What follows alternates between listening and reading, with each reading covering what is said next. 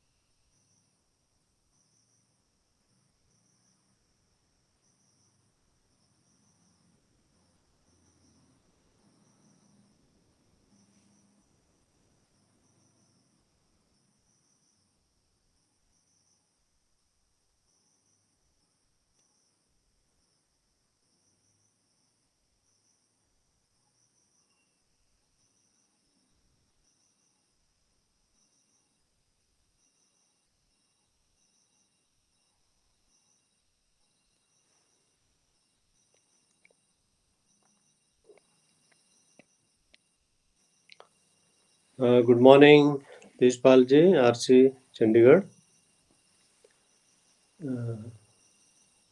We have our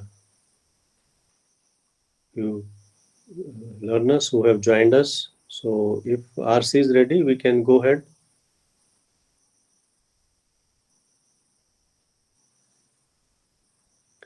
Good morning. Good morning. Very good morning. Welcome to the session.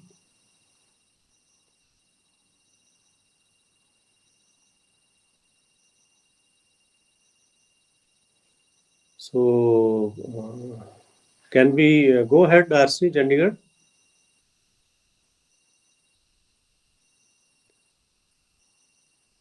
Oh, thank you. Thank you very much. Thank you. Thank you, sir. So, welcome to this session, which is to discuss block 1 of DCE course 2. Yesterday we discussed about the situation, the dialogues and monologues, the importance of dialogues and monologues, their purpose and their function in the creative writing, and then imagery and symbols, and also readability. So these four issues we discussed yesterday. Then we found out that very important aspect of any creative writing is the situation. So it was very appropriately described that situation is as important as a flour is to bread. So that means if there is no situation, or if situation is not appropriately decided, then the writings will or may not be that successful. So it is very important, and we came to know about by the discussion that a situation is basically a kind of feeling, a kind of nostalgia that is gathered, accumulated in the core of our thinking process, mind, heart, and soul. And when it erupts, it takes the shape of a kind of concrete experience upon which we build our creative writing. So that was about the situation. It is obviously, if there is no situation, the very appropriate example was given of a great poet Valmiki, how he was rather forced by his emotions to compose an epic Ramayana. We all know the sudden incident which happened. One of the two birds which were in the intimate process. So when the hunter killed one of them, and the wailing of the other uh, bird moved the heart of poet Valmiki, and eventually there was Ramayana as an outcome of this particular situation. Similarly, we discussed the importance of dialogues and monologues. We all know that in creative literature, these two devices are very, very important to take the uh, situation uh, ahead, and also to bring in different characters, and also to reveal the truth or the basic idea of the writing, and also to maintain or to give centrality to the situation all through the journey of writing a particular work, a particular story, or a poem, or any other form of creative literature. We also discussed imagery and symbols, how important these two are. Symbols are basically the objects with which the imagery is presented, and symbols are described or described through various literary devices such as simile, metaphor, epithets, etc. And these symbols, they are very important. They reveal the actual situation, and they are very important in the sense that they represent the experience and in form of objects. So that becomes very important when we compare, when we put together two, and try to bring in embellishments, etc. Finally, readability was very important aspect which we discussed. Any creation, what is the ultimate objective of an author? That is the readability, because if the creation is not readable, there were certain qualities about the readability, its treatment, its beginning, very important, and ending, like we discussed, close ending and open ending. So those are the aspects of readability. So that was a small recapitulation of what we discussed yesterday. Today we will have a cursory glance through the block 4, because uh, this is an area which we come to at a stage when we have already matured in writing. So this is block 4 is about the preparation of press copy. So preparation of press copy means when we have written, when we have composed, when we have finished our writing, and we are in a position to give it to the publisher for publication. So there are certain processes, there are certain important rituals. Those must be performed before it is, say, for example, any short story. So if it is written, if the writer feels that I have completed my task and it is final, even then it is very important that it is proofread by somebody other than the author. Reason being that we are infatuated to the situation, to our characters, to our pedagogical approach, and the methodology which we have employed to present the contents in a particular style. As I mentioned to you, that style is the identity of an author, and an author always aspires to be an individualized author. So he or she wants an individualized identity that comes only with style, because the situation can be similar, treatment can be similar, but the style of expression is always individual.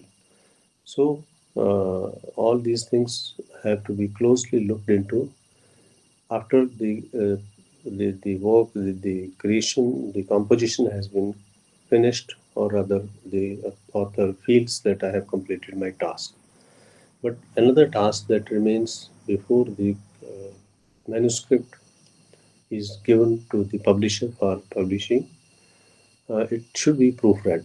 So it is a ritual associated with preparation of press copy.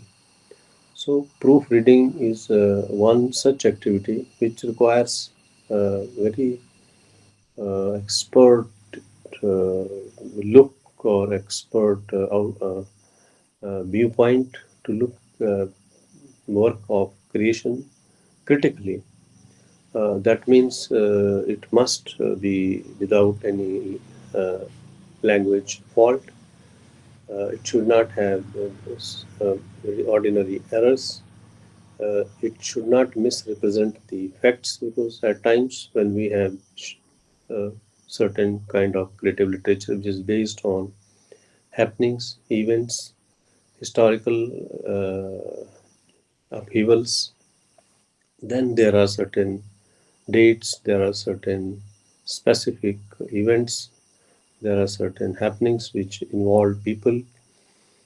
Say, for example, if somebody is writing a story about, which is based on the Indian freedom struggle, then there could be certain events which took place on specific days.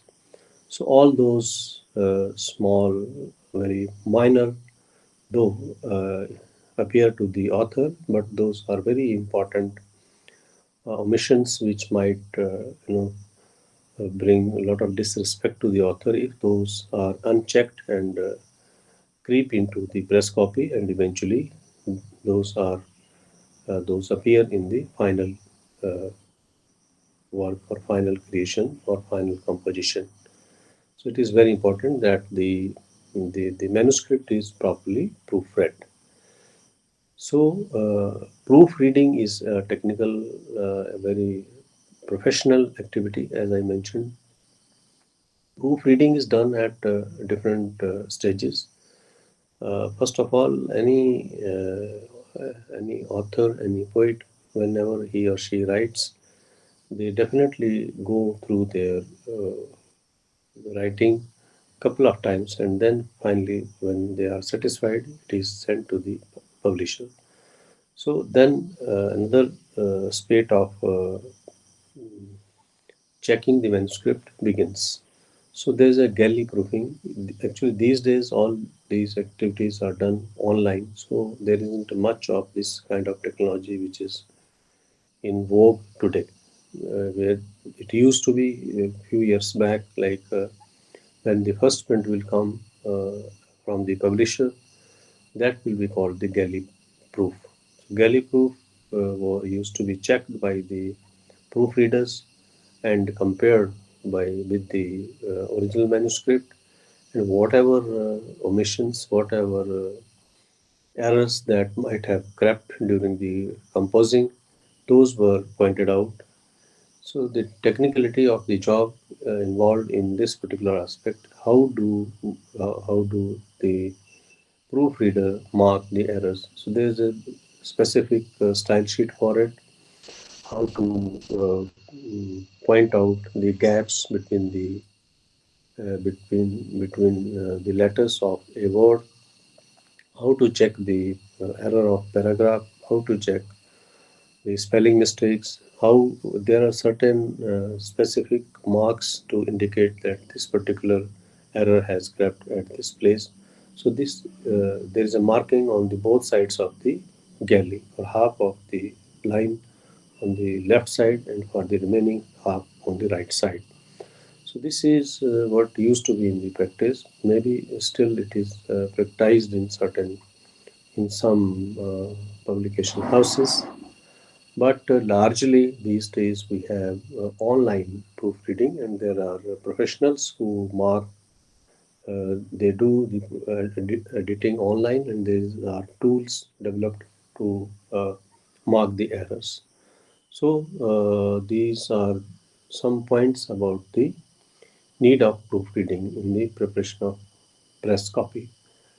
Then an important aspect of the preparation of uh, press copy is the editing.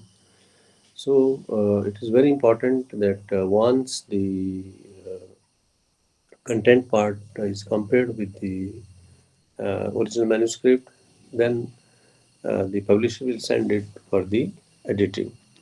So, editing is a very important task which is carried out by the professional editors, those who are, it is, uh, it is done in two stages.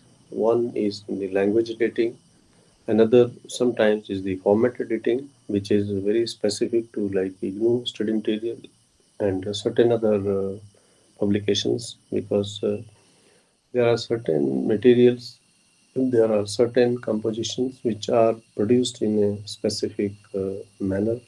Like GNU study material is very different study material. It is SLM, self-learning material. So that means it is self-contained, it is self-guiding, it is self-sufficient. It has inbuilt teacher. It is self-evaluating, and so forth. So the technique of building a teacher in the material is what is ensured by the format editor.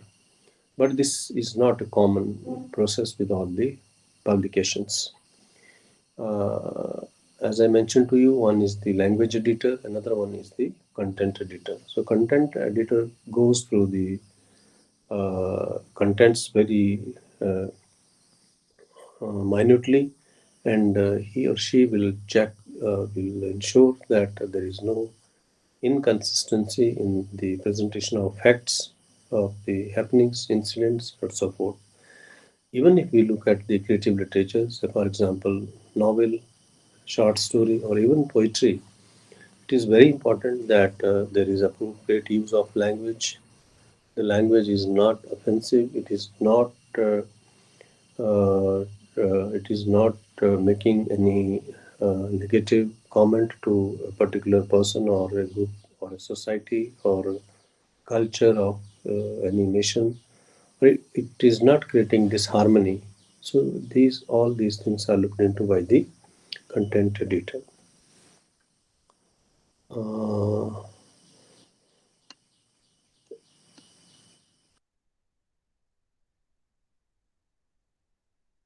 as I told you just now, that the very important part which is played by the editing aspect is the language correction, which is basically to look the grammatical errors, punctuations, and any other inconsistency as regard to the structure of the language.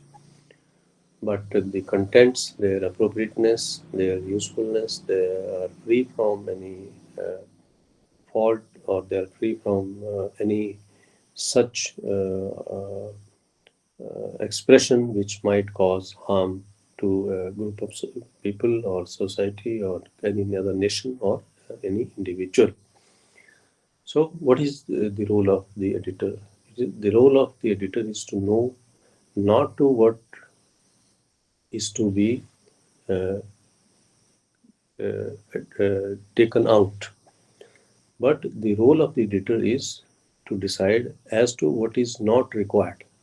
So instead, we always feel when there is a immature editor, he or she will start cutting or crossing, putting the pencil right away from the beginning itself and say, no, this is not important. This is not important.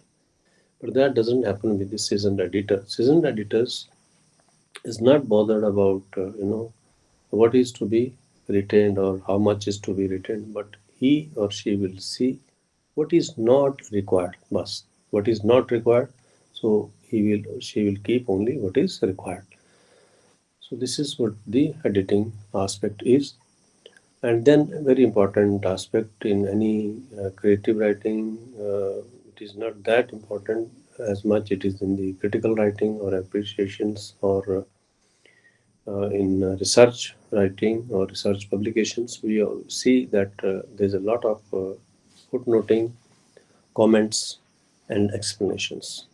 So these are provided through various formats. So there is a uh, same page or footnotes on the same page. There are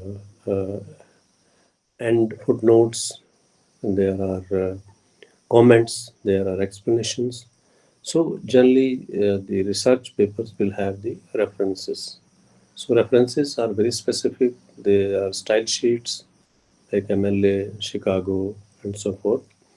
So those have very specific sequence like surname, then the proper name, then the year, then the name of the uh, work or creation or writing, and then name of the publisher, the place of the publication, and the name of the publisher, etc. So it changes with the style sheet. If we adopt Chicago, it has specific styles. If we talk about ML, it has specific style.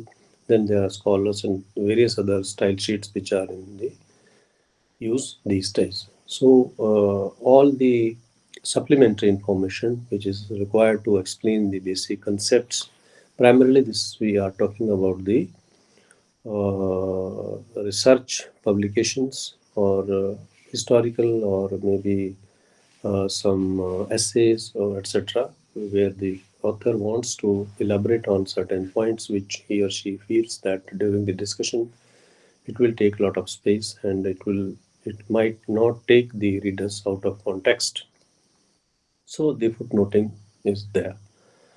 Sometimes there's complementation, then sometimes there's elaboration. So sometimes there are only references. Then there is indexing. Uh, uh, Even the creative works, like in certain poetry collection, also we find that there is indexing. So indexing is basically of many types. It has like uh, poetry, prose, narratives. It, there is indexing which is genre specific. There is indexing which is content specific. There is indexing which is author specific. There is which is the title specific. So if one visits the library and see the cataloging, how it is done, then one can find out that there are two number of ways how the indexing is done. Sometimes you trace the book through its author's name. Sometimes you can trace the book through the title of the book. Sometimes you can go through the indexing and find out the books or the publications which are published in a specific year and so forth. Uh, Primarily, the preparation of press copy, the discussion is just to introduce you to what should be done before one has thought that now my publication is final and it must be published. And once it is given to the publisher, there are certain processes which takes place at the publisher's end, and there are certain formalities or other rituals which have to be completed at the author's or writer's end before it is handed over to the publisher. So that means the nomenclature of a manuscript is, I mean, one of the traits of the manuscript that it's free and it is free from the faults, free from the inconsistencies, and it is final. But again, when it goes to the publisher, he or she, the publishing house, will ensure that because his credibility is also tagged with the publication that will come out from a particular publishing house. So, along with the author, writer, the publication will also be linked with the publishing house. So therefore, publishing houses takes care. They have their own editorial board, which looks uh, through the composition or through the writings very closely, and also see the format which is adopted for the footnoting or for referencing purpose. In these days, we have the in-text referencing. So there's a different style of in-text references. Then at the end of the unit or at the end of the book, we find that there's a whole list of mm, uh, books and reference material which is presented in a specific style sheet that the writer decides to choose. So this was the block 4 of DCE 01, which was General Principles of Writing. I am giving a little less time to this particular block because I thought this can be easily studied more deeply by visiting a library or by looking at the style sheets which is there in the mm, writings, publications, and we all know what is the role of the editor, and also uh, galley proofing and the different indicative marks, and then correction of the errors and specific symbols to point out the place and nature of the errors is not practiced that extensively these days because we have switched over to the online publishing, and a lot of things are taken care by the machine. But of course, there is a human or the human editors, those who give the final shape to the writings or to the publication. So, dear learners, with this we I conclude the discussion on preparation of press copy. This was part of the DCE course 1, which was General Principles of Writing. So now we are moving to a very important course, which is course 2, and course 2 is the feature of writing, the feature writing. So feature writing is very important activity in the creative writing. We all know what is we will discuss what is feature, how do we write feature, what are the topics for the feature, how do we decide upon the topics, and so forth. So uh, this is course 2, and the block 1 of course 2 is specifically to discuss the feature. So what is feature? What is the appropriate subject for the feature? How do we decide about the feature? So if we look at the block 1 of course 2, then we come to the unit 1, which is identifying significant topics.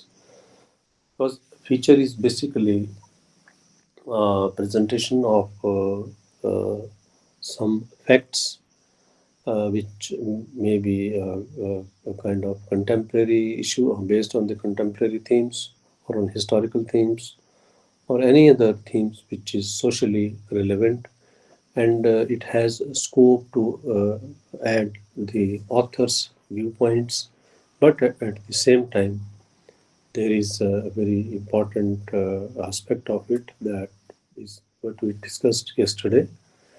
It has a theme, and the theme is primarily uh,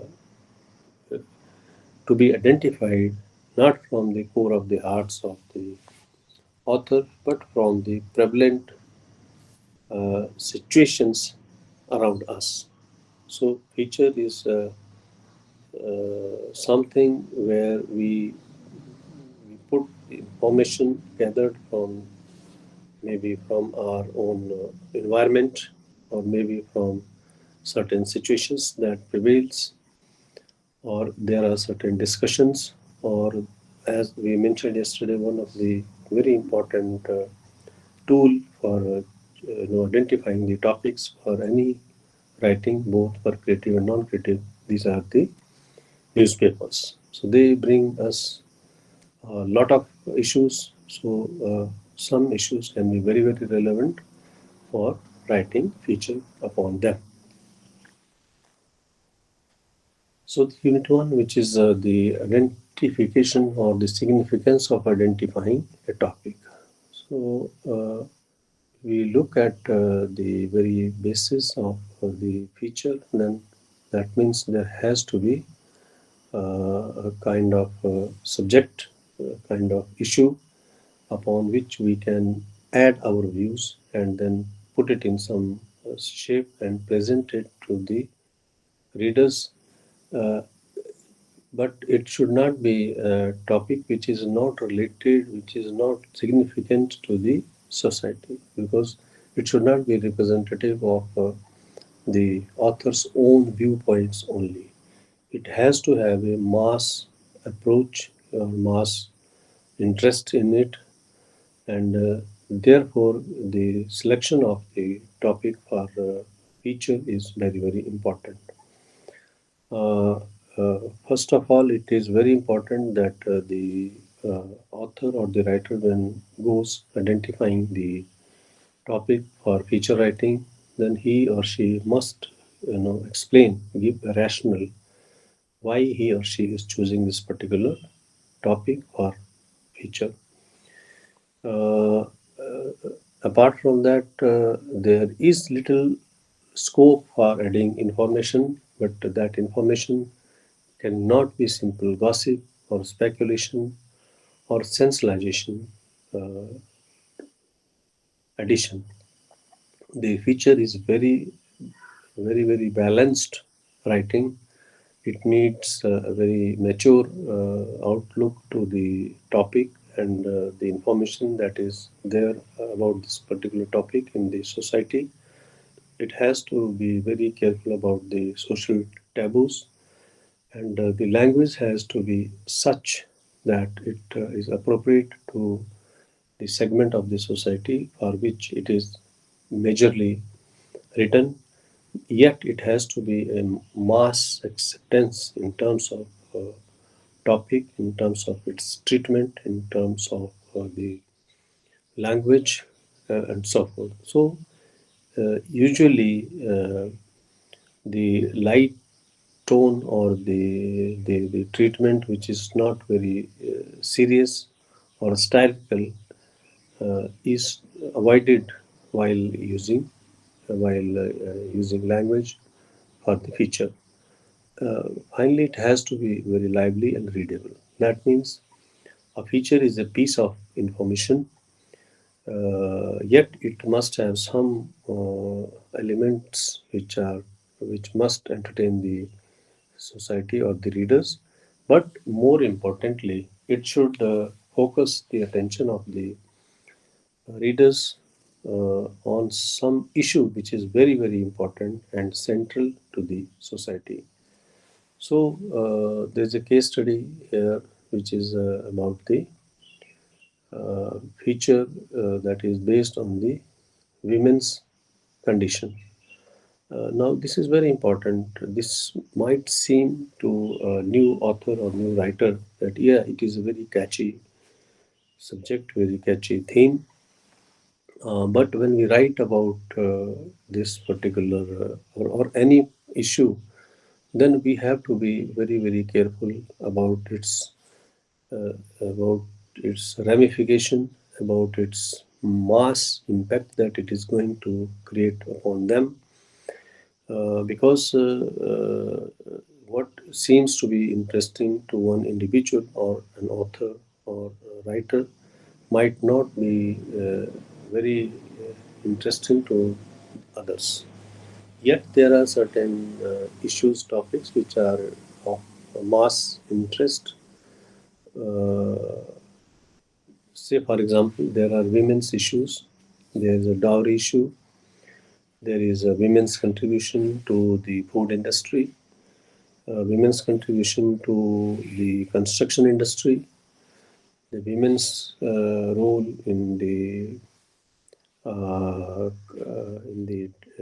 education. There are a lot of areas where women are playing very important role.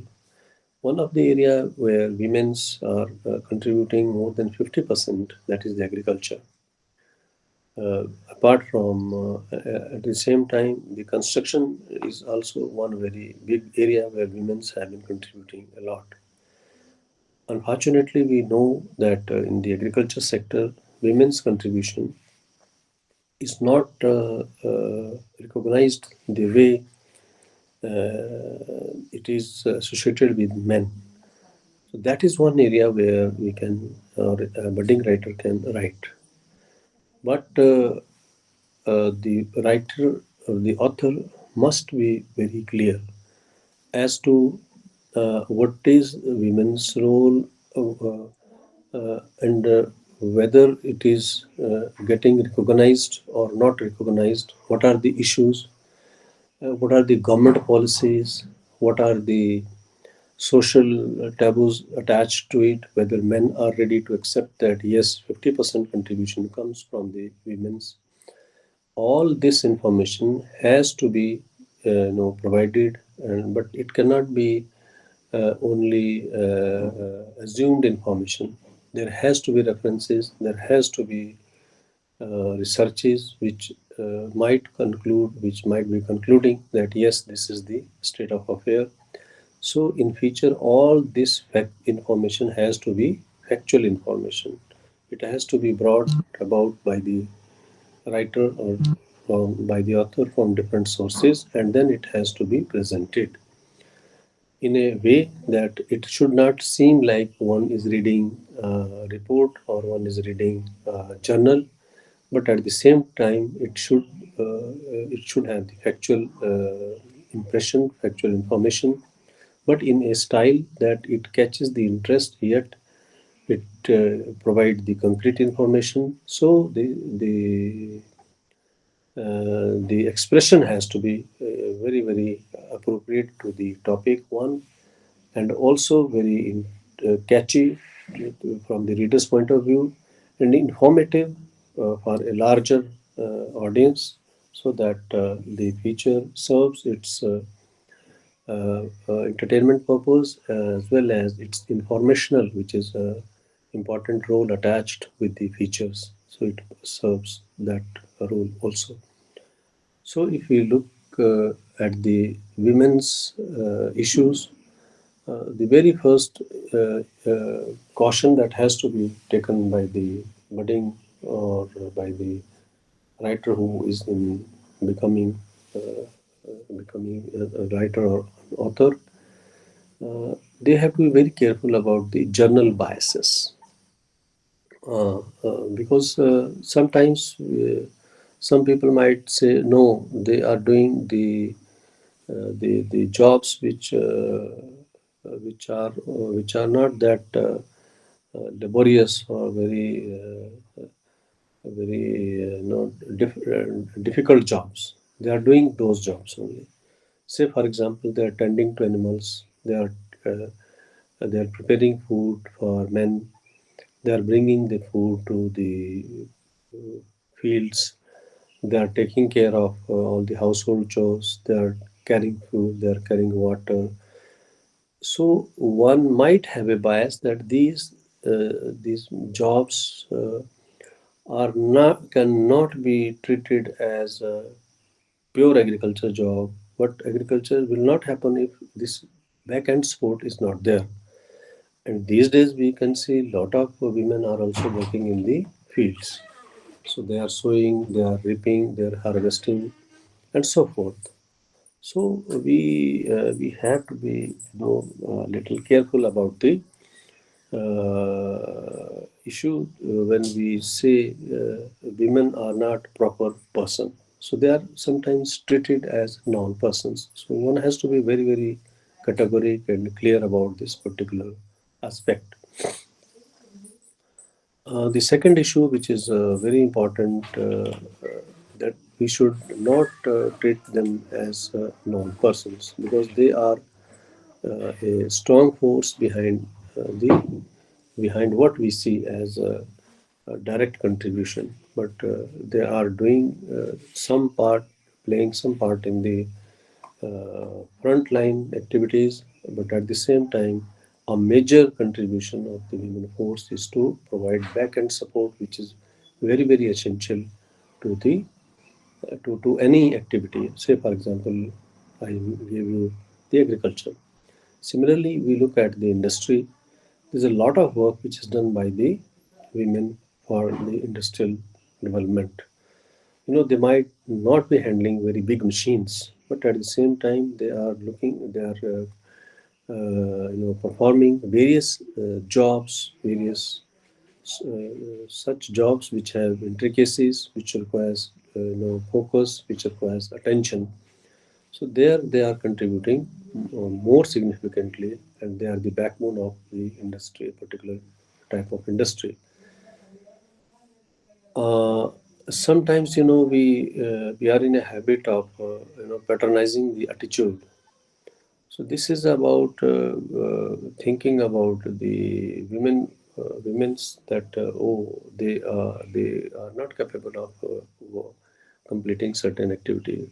So that kind of attitude should not be encouraged through the writings. One must be very careful because women are very central to the society, to the mankind as a whole.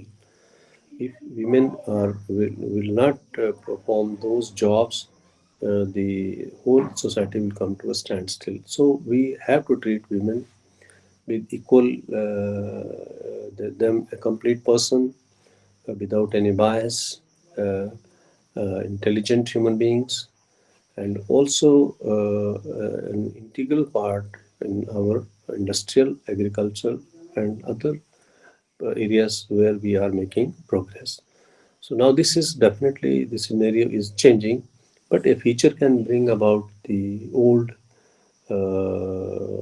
situation. One can go into the different reports, different writings, and maybe it can be small yesterday's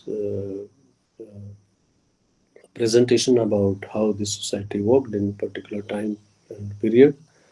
But one has to be very careful about presenting the different aspects of the, particularly if we talk about the feature on the women. Now, we also have to be very, very important about the current trends which are there with regard to the women. So we must treat them with respect, and we must not use language which is implicitly or explicitly bringing any comment or any sort of attack on their respect and dignity. At the same time, while one has to be very responsible in all these things, like there are a lot of activities which are happening. There are a lot of cartoons which represent. There are a lot of writings which represents different issues that are associated with the moral, with the taboos about our society. There has been, daughter and daughter-in-law and mother-in-law's relationship, and certain other incidents that happen. A lot of such incidents are there. But while presenting these facts, also one has to be very, very careful. One cannot just go on, assuming or go on writing about these or such incidents without factual dates, factual data, factual decisions, or factual references. So it is very important that when we write about these things, so like one very important aspect in the writing about any group, any men or women or any other segment, any other aspects where we have characters which is related to the society, we should not be, frivolous in our writing. So that means we have to be very careful because there are a lot of incidents that are taking place in the society. Sometimes these incidents are referred, particularly by the newspapers, by the sex, by the caste, by the color, by a community, by a state, and like that. So instead of putting a pure news, the news is rather presented, and a community aspect is added to that. But that might be the trend in the newspapers, but it is not the trend with the feature. Feature is something which is definitely more serious writing, and while writing, one must refrain from frivolous representation of the facts.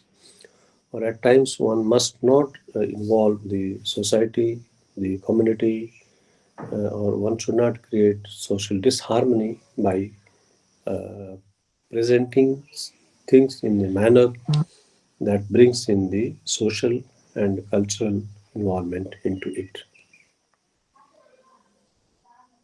So these might seem trivial things, but they become very important when they gets into our writing and ultimately gets into the publication. So this is one has to do a lot of research for finalizing or for searching an appropriate or identifying a topic. So one can go into the old records, history, and previous writings. Then the writing must be lively and simple. The feature is something that should avoid a very use of complex language, use of jargons, and so forth. So the language should be lively. Lively means it should be catchy, it should be simple, and it should be easily comprehensible or by the readers. And because the readers wants information, want information, want the facts to be represented in his or her own language. Sometimes we also find that the language of the features is the the language which is used by the common people. So we cannot write the features in very high-end language or in too cheap language also at the same time. So it is very important that, and then one has to decide very cautiously as to what place is there for humor, because one cannot, uh, even though humor is very important because it makes your writings lively, it makes it breaks the monotony of seriousness. But one has to be very careful and find out where there is a place for humor. It cannot be with the happenings which are very serious. Say, for example, if one is writing a feature about the Indian freedom struggle, then because it is a very serious theme, there's a lot of struggle, there's a lot of pain and sufferings. So there is very little scope for the humor to be built in into the writing. But at the same time, if we talk about the progress made in the railways or progress made in certain like in aviation industry, we can add little humor when we had small aircrafts which used to be flying like birds. Then they were not flying straight; they were twisted. They were going haywards. So there, a small humor can be added, but where there is a serious theme, say for example if it is about the women, we cannot afford to have any tinge where we mock or we make fun of any person or any sex. Then language must be very carefully chosen. It is one such aspect where a lot of our new writers fail. They find it very difficult to to find as to why their language is gender bias. Uh, the language is one such creation, one such human thinking process, outcome of the human thinking process. If not very carefully crafted, then a kind of unconscious gender bias generally appear. Say, for example, we use the word he all the time. If we use only the word he, because we are talking about uh, mankind, so where is womankind? Where, why we are only using he or man? In certain situations, we have to be very careful. We have to see in certain situations we know use the metaphors like why men speak and why animals don't. So what is it? So we are comparing one particular sex with a different type of creature. So one has to be very careful about using language which is gender, which is not having any gender bias, or which is particularly not representing a gender in an inappropriate manner. So one has also to be careful because language changes very fast. Use of language is basically property of a community or society. It has a lot of cultural attachment to which is which is representing a particular society. There are terms for relationships, as I mentioned, kinship terms. Those have to be very carefully, used or chosen. One such example is the people from the African continent. If you go through the history, there has been a series of different terms which have been used to represent the community. Today, all those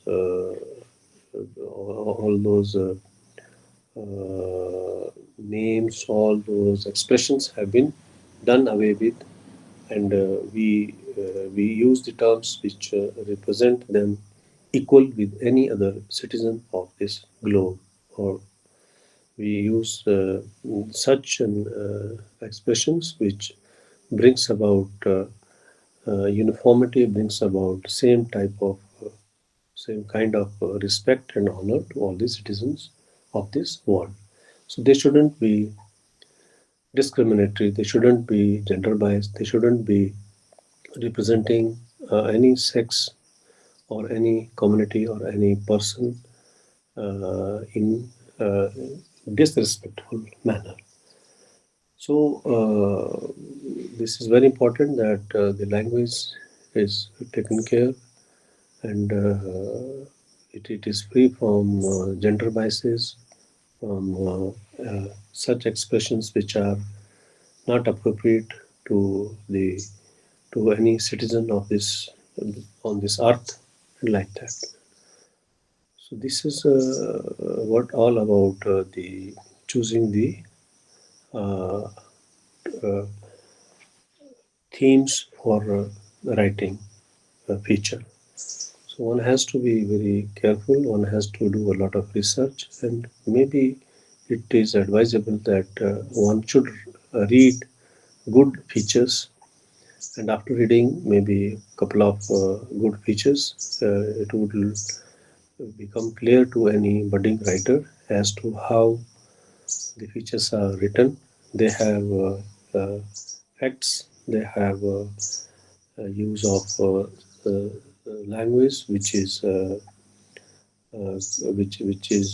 easy to understand, which is crisp, which is direct, but at the same time they are not representing. They are not bringing about any scarcism, any criticism of particular society or community, or any sex or any society, even though there might be certain traditions and people might be having different viewpoints about them. But a feature writer must bring about or represent the facts, keeping in view the truth behind it, and at the same time the social ethos of a particular community, society, culture, or nation. So this was all about the feature. We will go to the next point of our discussion. We can, in summary, say that a feature, a theme selected or chosen for a feature is well considered, it is well researched, it is well thought, it is lively, it is simple, having some tinge of humor, but with a very careful selection and free from language biases. So that was all about the features. How do we, choose the topics for writing a feature? This was small case study of a feature to be written about women. We can apply the same parameters. Particularly, I was thinking to discuss another feature which is like child labor. So, while writing about the child labor, we have to have a lot of research. We have to know the structure of the society, structure of the global society, the condition of children, the issues of children, the issues of education, social norms and social attitude towards the children and their education and their future. Then we have to see the nature and type of industry which is employing the child labor or illegally, of course. Uh, and then we have to go through the provisions under Indian Constitution uh, for the protection of the child rights and uh, and the rehabilitation of the children who are rescued from the child labor sites and camps. Then we have to be very careful about the writing about such issues which can avoid, which can involve different communities. We can say, for example, if a feature is written about child labor, and we say no, a particular type of industry which is owned by this particular community is employing large number of children, that will be a very dangerous trend in writing. So that perhaps we cannot afford. So one has to be very careful while writing about, even though the issue might sound very simple, but while writing about it, certain things just crept in, and sometimes they are overlooked. So it is very important that once a feature is written, it is reviewed by maybe a couple of people, and then it is properly done through the editorial process, and then it is finally accepted or released for publication. So, like child labor is one such issue. Then, like I say, women's contribution in agriculture is one such issue. Women's contribution in the building industry, construction industry was, and in education, their role can be. Then we can also have a feature like women's outshining in in the areas like aviation, like computer science, and there are many other areas where women are really forging ahead very strongly. So we can focus our attention on those areas also. We can have the factual information. How many women are pilots in the Indian aviation industry? What is their background? How did they manage to come to this point? How the male pilots, treat them, look at their contribution, what are the advantages, what are the specific contribution made by them. And all sorts of topics are there. The only need is that the feature writer or the author who is offering becoming a writer or author has a balanced view, has a deep research on the topic, and knows the use of appropriate language for the topic. We'll go to our next point of discussion today, that is the investigation and personal interview. So, because the focus is on writing a feature, so what goes into the feature? As I mentioned to you that the unit first, where we talked about uh, identifying or the importance of identifying the theme, uh, why it is so important, because it can lead to a very I mean, if it is not well rehearsed, well researched, or if it is a manipulation of facts, if it is not appropriately presented in a proper language, it can have very adverse impact on the writings, of course, but at the same time, it can bring a lot of issues. So one has to be careful about all these things. So how do we go into, the finding about the information about a particular topic that we have uh, thought or that we have decided to write upon? So then we go into investigating or the investigation. And apart from investigation, we have a tool, we have an opportunity where we can have the personal interviews. That means we can talk to people and we can have their opinions, and those opinions can be collected, collated, and compiled, and after they can be presented in uh, the writings. So this is a discussion on the what is investigation and what is personal interview. So first of all, let us focus on the issue that we know we we discussed one issue in the just now in our language. A lot of at a lot of places we refer we use the word man, we use the word he. But these days, you might have seen that in a lot of literature now there is she and hers.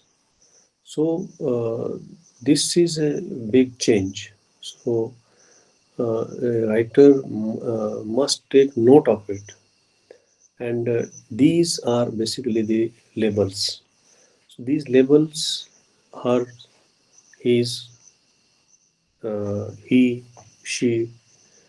So these labels actually, they are very important because they represent the citizens of this globe, citizens of particular nation, and they highlight the contribution of the half of our population, if we speak about India, or roughly speaking about the world.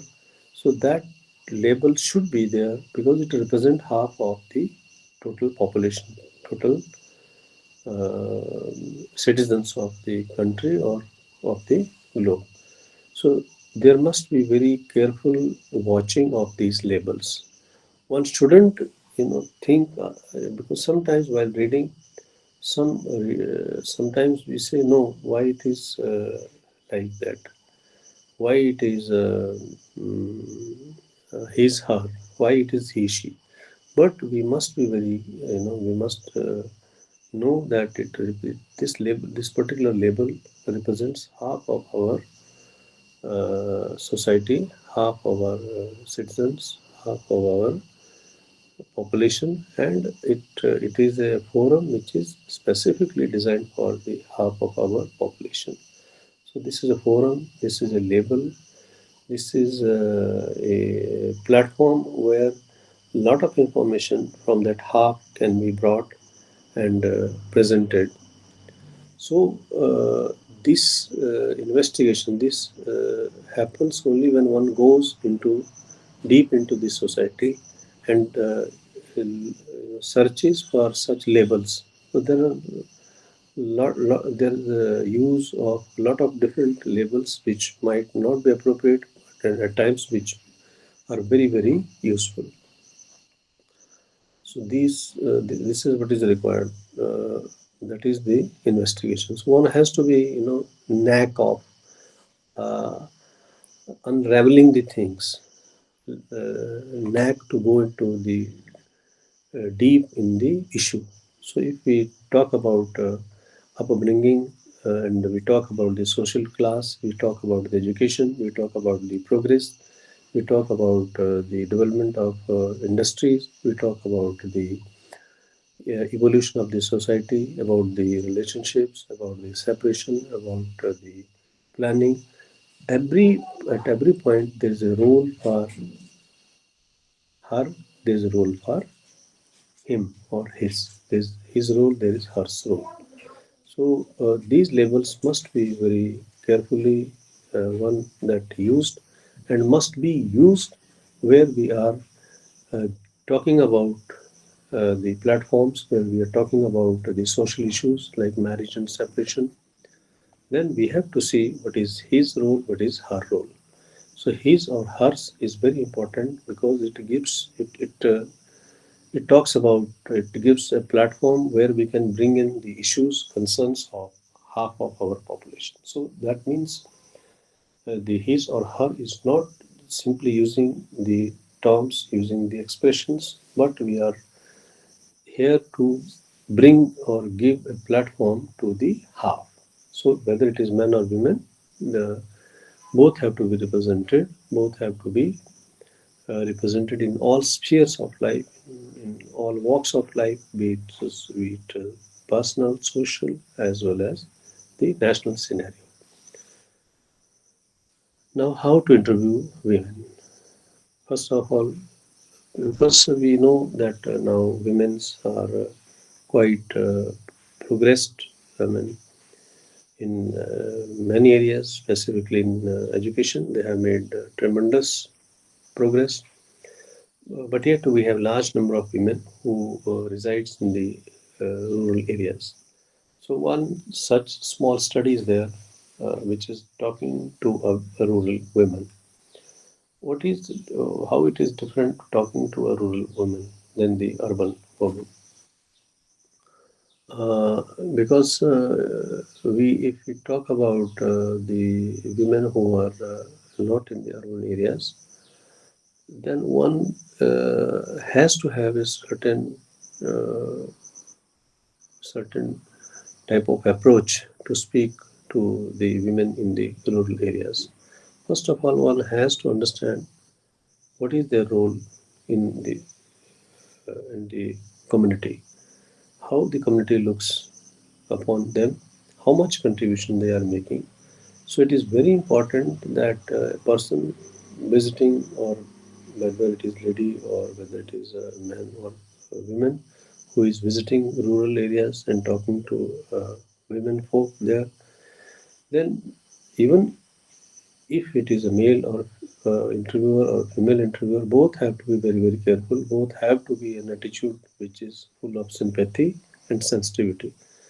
Sympathy means they should not be dominating. They shouldn't have a sense of feeling superior. You know that I am city bred, I am a journalist, I am a professional, I am this, I am that, I am well educated, I know about the metro culture, and I travel by air and this and that. That part must not be there with any interviewer, be it male or female. When we go to, one has to put oneself in the same space as to person whom we are going to interview.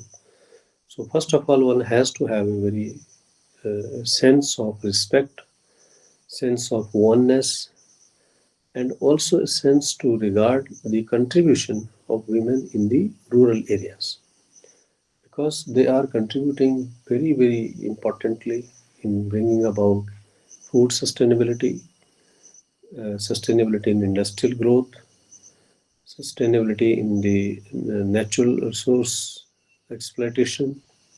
In many ways, they are playing a very crucial role in the progress of the nation and also to the urban life, which we all of us enjoy and feel that yes, oh, we are superior, and perhaps those are walking, those women who are contributing, they are not. So that sense must not be there. Sense of equality, sense of sympathy, feeling of oneness, great regard has to be there. Second point, which is very important, and I myself feel this is above all other aspects, which is the sensitivity. This is very important uh, to be having sensible approach or sensitivity to the to any citizen because we are talking about the women. So therefore, it is very important to have a sensitive approach towards women. We cannot decide what they are just by looking at them, at their apparel. They might be wearing different clothes at different times. If they are working in the fields, they might not be dressed that well. If they are at home, they might be dressing differently. If they are in a festivity, they might be having different dresses. So we cannot, undermine their personality, undermine their importance by their apparel. That was one. Secondly, they have different habits of preparation of cooking the food. They know how to cook, what to cook, when to cook, how much to cook, and how to make it a better food. So we cannot also, look upon any of their daily routine, any aspect of their work routine, any other aspect of their activity. Say, for example, they are they have a very specific kitchen yard. So what they grow, they know what are their needs. They know when to grow, what to grow, how much time it takes to grow. So all that is the knowledge that they have with them, which perhaps an interviewer from the urban areas, whether it is male or female, might not be having. So it is very important that we consider all these special privileges, special knowledge that the urban women do not have, where the rural women have with them. So when interviewing them, we have to be very sympathetic. One has to be very sensible and sensitive to their cultural traits, to their practices, to their lifestyle, to any aspect of their lives. Only then we can interview them, we can talk to them. That means one has to treat them equal. Uh, on the contrary, if we speak to the women in the urban areas, of course, uh, it is slightly different. One has to be equally careful about the urban women also, because urban women are acquainted with the urban lifestyles. So obviously, anybody who is visiting some author, visiting some industrialist, uh, women industrialists, women authors, women professionals, or any other women who is in the urban areas, who might be in the industrial setup, who might be a professional, who might be pilot, or in any other entrepreneurship. So one has to talk very sensibly. One has to know their heights, their achievements in their areas. So only then, if we give them due respect and regards, we can get to know what is their worldview. What do they think about the women's issues in the rural areas, about the issues, social issues about the women, about the the dowry issues that at one point of time were very burning issue. Fortunately, that has been resolved now. So, what do they think about it? So, primarily, to look for the whole, one has to be very careful about. And secondly, when we record their views, we should not be, you know, interrupting them. We should not be suggesting them. Rather, we should not be prescriptive interviewers. So, what is not to be prescriptive interviews means whatever information they would like to share, we should allow them to come with that information and record it well. And later on, from that recording, from that factual record, the author who is writing a feature or writing about women can take cue from it and write in his or her own flair and language, but cannot uh, understate or overstate the fact which have been revealed by the person who has been interviewed. So it has to be then there is a discussion about what is the appropriate or what is the proper style for interviewing or for getting the information from the women, both in urban and rural sectors. So this has to be informal, participatory, and conversational. What it means, it has to be informal. That means you cannot ask the government is doing this, and what will you do if the government does this? That cannot be a question to be put to any member of the society because the government has the government has decision making capacity.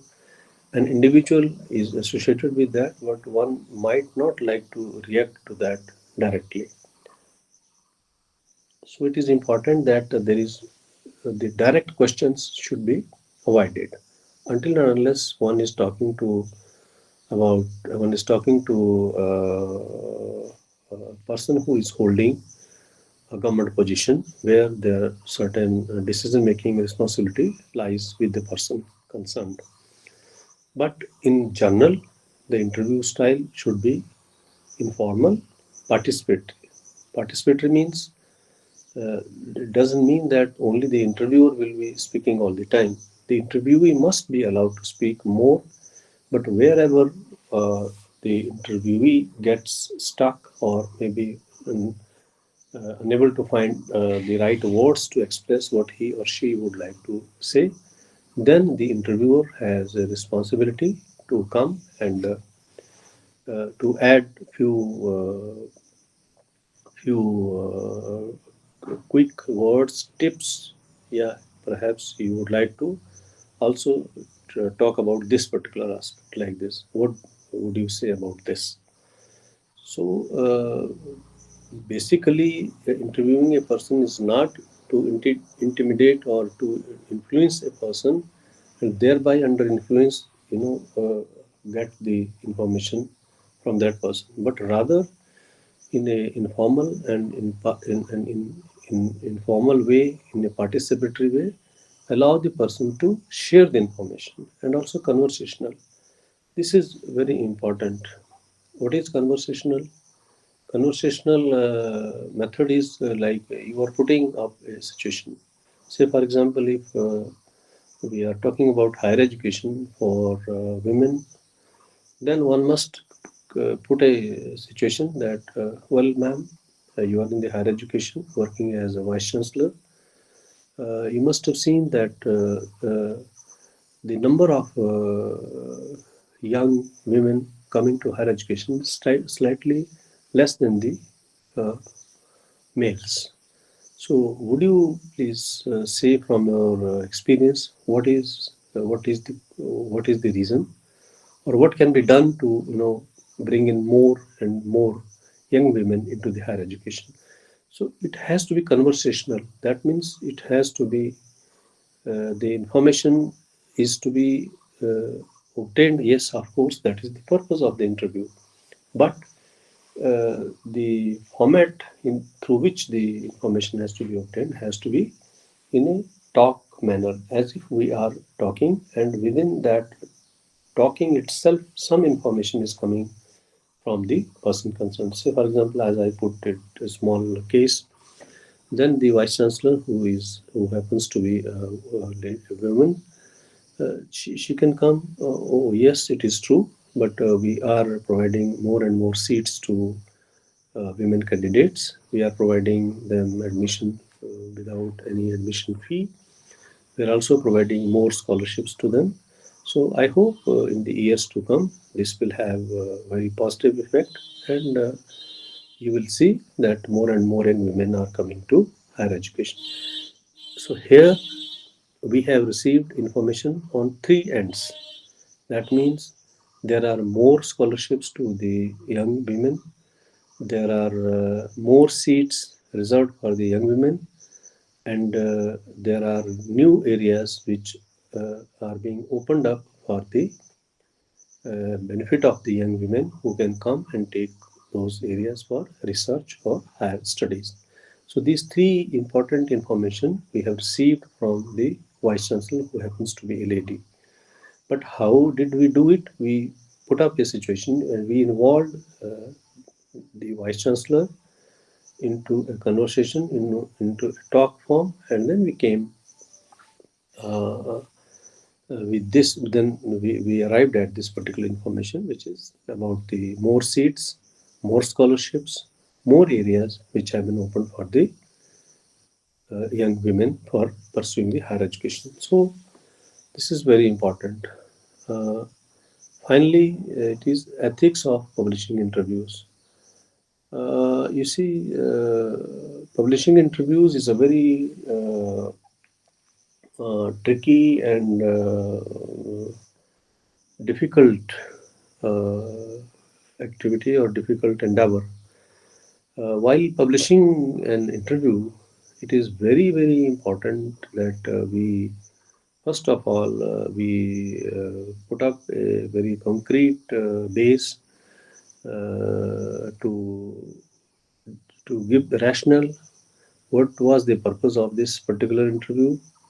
Where the interview was held, and whether the interviewee had been well informed about the objectives of the interview, and whatever the interviewee has said should not be overstepped at any cost. It shouldn't be overemphasized, it shouldn't be understated. And yet during the interview, if there is any information which might be shared there as just a passing reference, cannot be published as a hard fact. It cannot be published as statement of the person. This is very important, because interview, if it is not given in an authoritative tone, authoritative position, somebody is interviewed as managing director or something, perhaps then it is different story. But if somebody, say for example, a vice chancellor, a professor, an industrialist is interviewed, and we seek the general opinions about education, about participation of women in industry, then there are certain statements which they might have made just as part of the discussion. They might not be the actual policy statements. So, while publishing such interview, the author must be very importantly considerate about the social impact that interview is going to be creating, and also he or she must use the language. Say, for example, then the author can say while talking about the progress women are making in the heavy industry in India. uh, X, who is the vice president of the Chamber of Commerce, has also emphasized that women must come forward, because now they have better workplace conditions, they have better privileges, they have more holidays, and all their rights, all the amenities at the industrial workplaces are ensured. But that doesn't mean if at any industry all these facilities are not there, you go and make that person responsible. Okay, you said this. So an interview, if not given in an official capacity, is simply sharing of his or her information. So while publishing interview, particularly the interviews with the women for feature on women, we have to be very, very careful. We cannot be very specific, very declaring that this is the statement of that particular person, which in fact the person just shared the information as part of the discussion as a general conversation. So publishing interview is very important because we cannot put somebody in dock by through our interview which we have done and then publish it. We can put the views. So this is very important, and I feel if one is a little careful, one is little cautious about the issue, about the nature of the issue, about its treatment, about the dignity of the subject, and presentation of the facts and treatment of the facts. Uh, Having an information through interview for feature is such a great thing that it will definitely make the feature more interesting. It will have wider appeal as well as the feature which is there to bring in little social change through it. An effort is always made to bring about social awareness about certain issues. That purpose will also be served by the interview. So one has to keep all the uh, do's and don'ts in mind while interviewing the women, because we are talking about the women's issues, and we are trying to speak to like urban women, like rural women, and women's in higher positions. So one has to be very, very careful. That was one. If we go to next part of this particular discussion, that is the identification or identifying appropriate theme or feature, we have to be little open in our choice of themes, topics for the feature. So what happens that many a times we have very narrow choice. We feel okay, like women's education can be one area, urban women's can be another area, scenario of the rural women's can be one area, child labor is one area, but these are not uh, only areas where we can choose themes from for our features.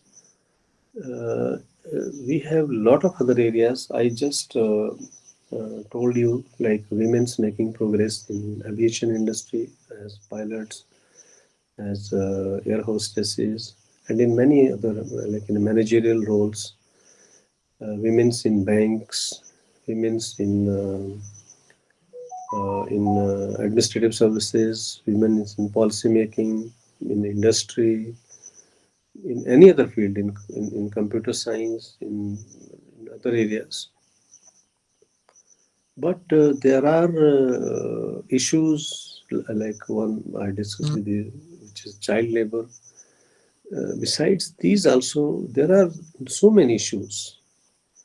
What are those issues? Like we have the youth issues of the youth, young people. Unemployment is one such issue. We have issues about the uh, uh, food production. We have issues about the food processing. We have issues about um, our society. We have social issues, social patterns. So, how will one, bring in topics from these issues. So there are certain techniques for that. So first of all, it is very important that we are interdisciplinary. We are having multidisciplinary and interdisciplinary approach. What is multidisciplinary and interdisciplinary? That is the to have interdisciplinary approach means to know the cross-roading or the interdependence of different disciplines. Say, for example, social science and humanities. So we have a lot of issues in the social sciences. We have environment, we have climate. At the same time, we have women's issues, we have agriculture, we have food sustainability. Then we can bring in like health and science. In health science, we have a lot of inter relationship with the technology, where computer science plays a far too greater role. Then we have like humanities. In today, humanities becoming part of social science, part of the pure science, as well as the engineering. So, a lot of issues are becoming interdisciplinary. But how do we go into searching for themes in the interdisciplinary area? We have to be multidisciplinary. That means we have to think from the dimension and understand the context of the different disciplines. Say, for example, if it is social science, then we know what are the political issues and economical aspects of the society. Political issues there in the government, political issues in the different groups, and also how they are related to the economy of the nation, whether the policies are going to be encouraging the liberalization of economy or what, or how does government look at it, how do the certain social groups reacts to it, how do economists look at the political scenario, whether it is conducive for them to go about with the liberalization of economy.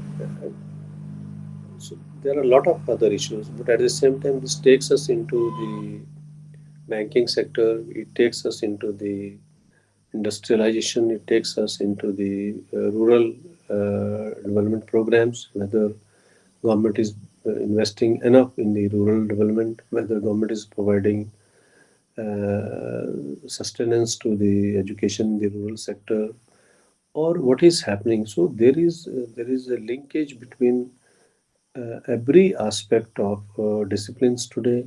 So almost all the disciplines are interrelated. No discipline can sustain exclusively or independently on its own. There has to be some or other, maybe margin or major contribution of other disciplines into making one discipline not only sustainable but contributory to the social progress. So, what I'm trying to say is that one cannot be just a specialization in one area and then think that yes, I can move ahead, because time is such when there is linkage of the other disciplines in making one discipline sustainable and also developmental.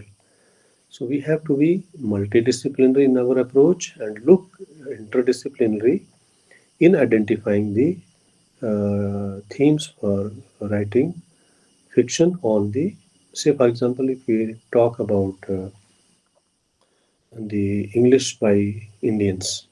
So if we look at the women's writing in English by Indian women, then what they are writing, what are the topics they are writing upon? They are writing on the social issues. They are writing about the government policies. They are writing about women making avenues in non-conventional areas. Women's becoming loco pilots. Women becoming the drivers on the long routes. Women's becoming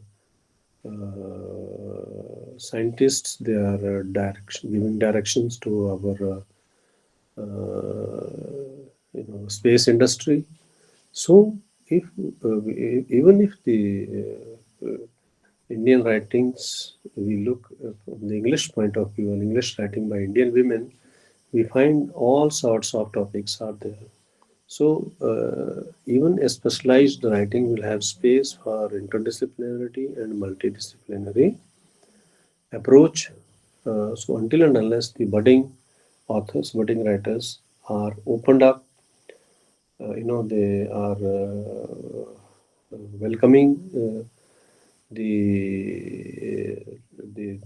interdisciplinarity. They are ready to accept that yes, these are also other areas where women's have a role, and there are themes which can be taken from that, and those themes can be developed into writings by the new and budding authors, budding writers. One very good example of multidisciplinarity today is the women's studies.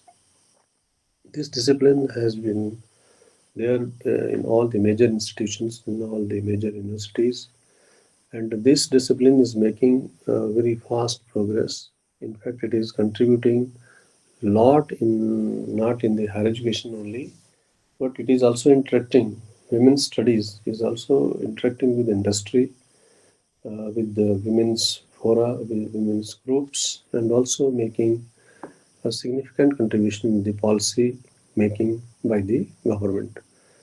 Uh, the specialized opinions, which is based on the researches on women's issues, women's contribution, their interest, their problems, and their representation in the policy making, planning, in development.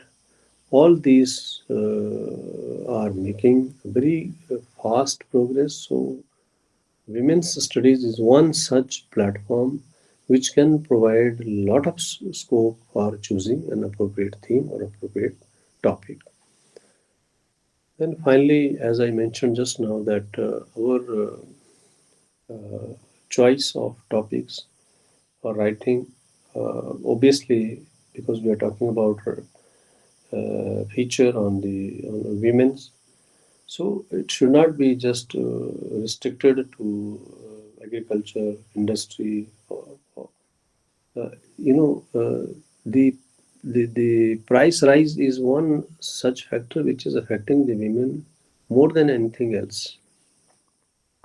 Howsoever progressing we may claim ourselves, but uh, even today, the major role in the running of households, running our family kitchen lies with the women. So, if there is a feature on the price rise, what is wrong with it? It is very appropriate area for writing a feature. How does it affect the family? How does it maybe even if the women are earning, uh, if only one person is earning in a family, definitely price rise is going to pinch. But even if both the husband wives both are working, even then there is a pinch of price rise. So price rise can be one issue. So it is not related to agriculture. It is not related to aviation. It is not related to marriage. It is not related to separation. It is not a social issue, but it is everything. It is everything. It is a social issue. It is an economic issue. It is educational issue, because if there is a price rise, more money has to be spent on kitchen. So children will not have adequate money left for their education. So this is a real issue. This is the issue where the real interdisciplinarity is there. And if we have multidisciplinary approach, we can find out not only price rise, but many other issues associated with price rise. So there can be scope for feature on the wage differences. We read quite often that women in certain areas are unequally paid for the same job performed by males and females. So that can be one very big issue. Investigation can be there, interviews can be there. Lot of scope is there for for bringing about information and putting up a strong feature. Similarly, there are so many areas. The idea to discuss these issues or these points is that the author or the writer must not be restricted to the very conventional approach. He or she should be open, should be familiar with other issues also, which are uh, relating to the women and their development, their work. There are issues like women and health, women and politics, women and media, women and work, women and family, women as farmers, women and environment. These are just few issues. The list is unending. There are a lot of women and social customs, women as a workforce in education, women as law professionals, what not. The only need, the only requirement is that one has to look the different disciplines as interacting with each other, and then must develop a multidisciplinary approach that, oh yes, even if it is humanities topic, it has a social science relevance. Maybe if it is a humanities topic, but it can be associated with the physics, chemistry, life science, biology, geology, or what not. If we are talking about, say, for example, life science and take the animal science, then there's a lot of love and affection in raising the animals. So, while it is purely an humanistic act, it has a lot to do with the rearing of animals, which has life science in it. So, somebody would like to pose a question. Somebody would like to ask something.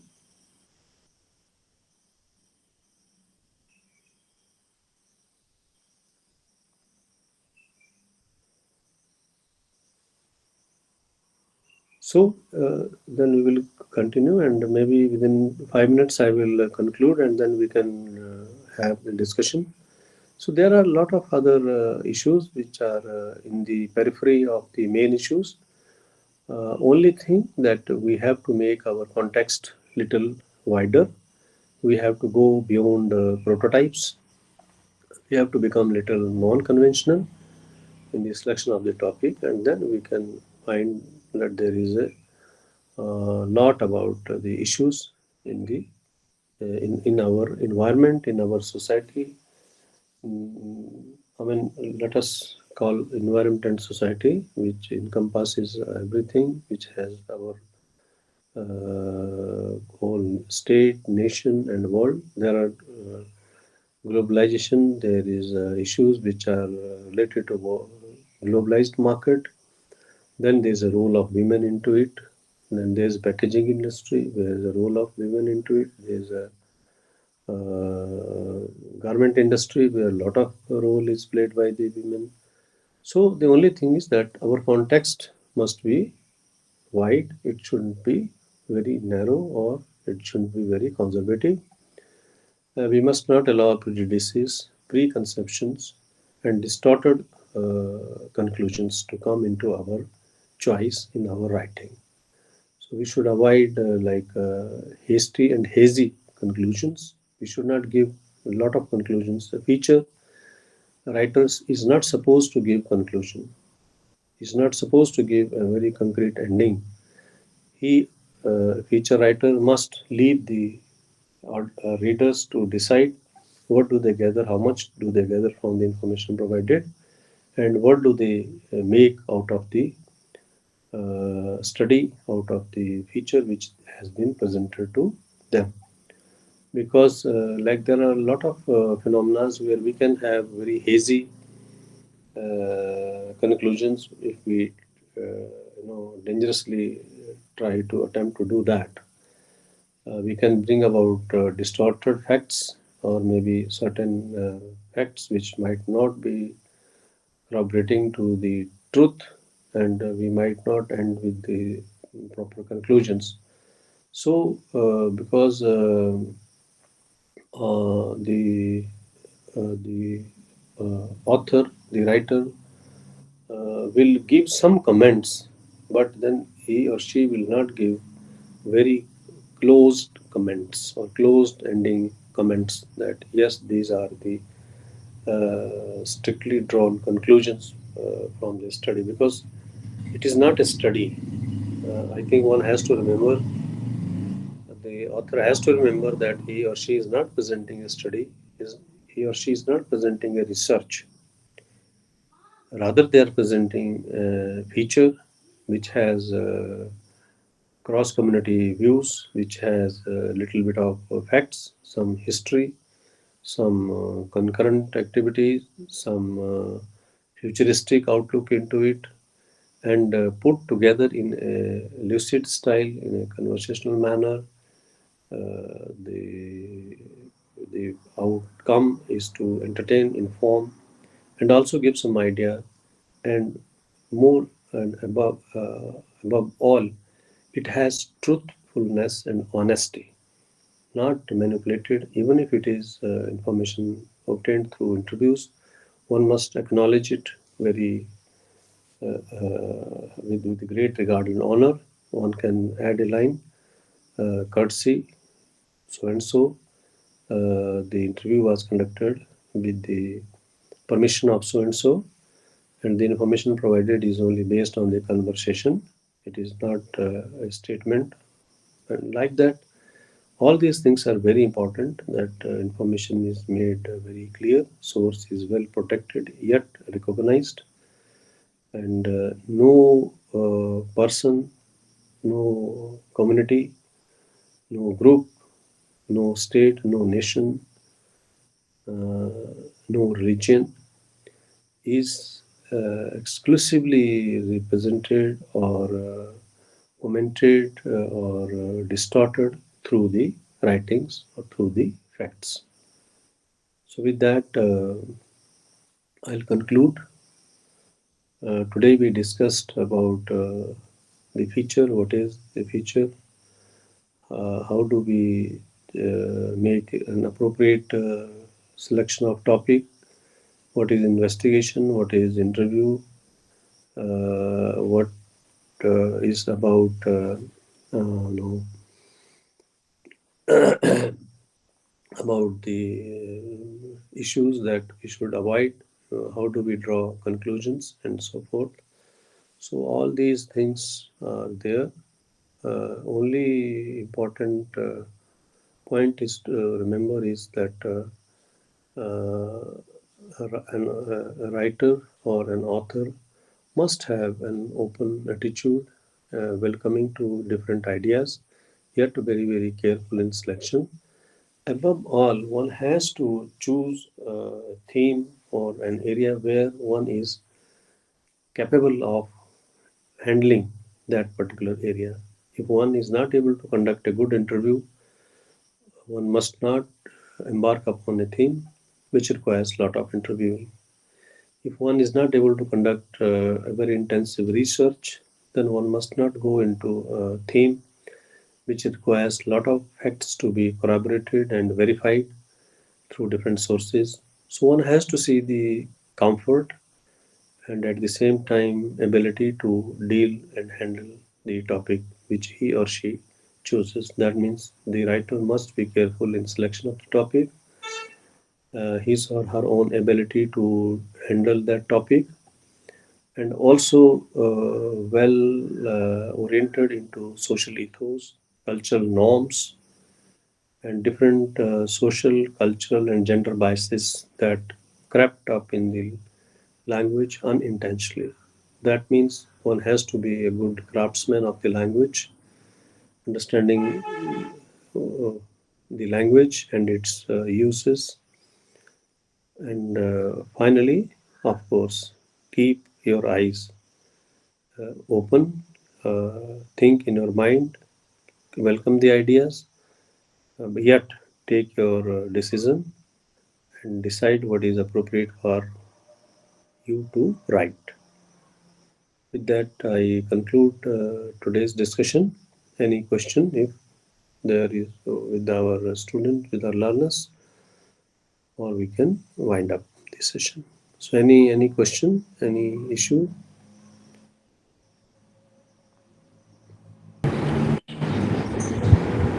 Sir, may I ask one question, sir? Yeah, yeah. Please welcome. Sir, sir, now you like you have very rightly brought out that this journalism per se or whatever we are reporting in a feature has to be very objective and conforming to all kind of norms. Yeah, But yes, but the current scenario demands that if you are to stand out by way of your lucid writing and bringing out the facts, there has to be some oomph factor or something, which sells, because that is much more important. And yes. with that in the background, what we tend to do is that we tend to sensationalize a news item which is supposed to be taken about very seriously or handled very maturely. But the compulsions of sensationalization tend to make us report in such a manner that the facts also remain and some part of that thing is added for selling. Thank you. I agree and I appreciate. And if I didn't get it wrong, you have a question as well as you have an answer to the query. So, But I would like to add a small thing to it. You see, we are talking about writing a feature, uh, and that too by a budding author, budding writer. What you said is because the journalism is a very clever and professional area.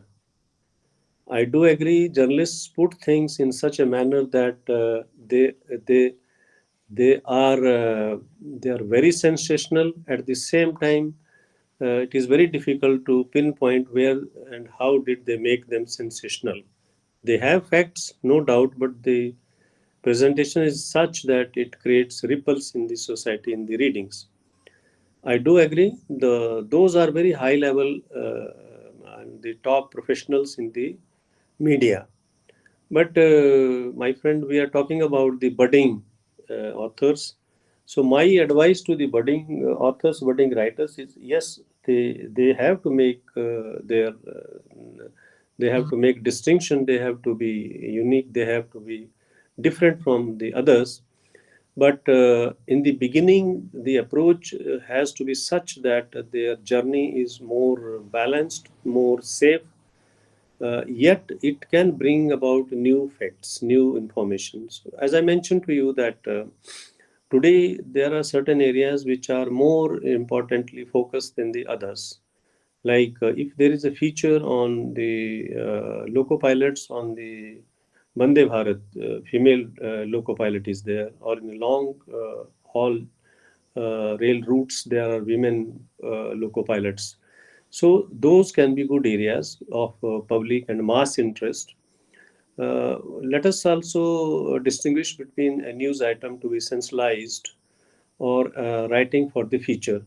So the issue with the feature writing is that feature writing is a more of a balanced writing, and sometimes it may not be that way very contemporary. That means a feature may not come on the day-to-day happenings. Of course, there are syndicate features. Perhaps you are more aware of that. Those are the people who used to write, like Khushwant Singh used to write syndicate features, Tavleen Singh writes syndicate features. But those are at such a high level positions that even if they make certain comments, certain additions, you see, they are not to be pinpointed very easily. But they are also very careful about not about putting the information in such a way that it is very difficult to make some case out of it that they have communalized the thing, or because then they put the demographic profile with it, or they put some other tool with it which neutralizes it and yet make it very sensational. So I do agree that for professional journalists, or that is preferred area. And of course, I do also agree that a budding writer and author would also like to make way or make his or her name. But my advice would be that please first one look at the nature of the feature. Feature is not sensational writing, one, and secondly, in the beginning should be little cautious, little safe. Thank you, sir. Welcome, welcome, welcome. Yes, RC, you would like to say something?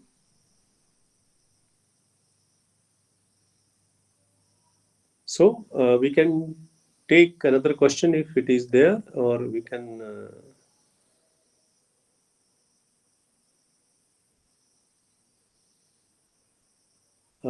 So RC, I would say that it is almost 12:55, and I would like to wind up this session. I must thank all our learners who have been very patient, and I am very thankful that they asked very apt question, and I expect more interaction in the coming sessions. Thank you very much. Have a very good day, and we'll meet tomorrow. Have a safe day, a productive day, and then we depart, and we'll meet tomorrow at the same time at 11 a.m. with another theme and discussion. Goodbye to everybody.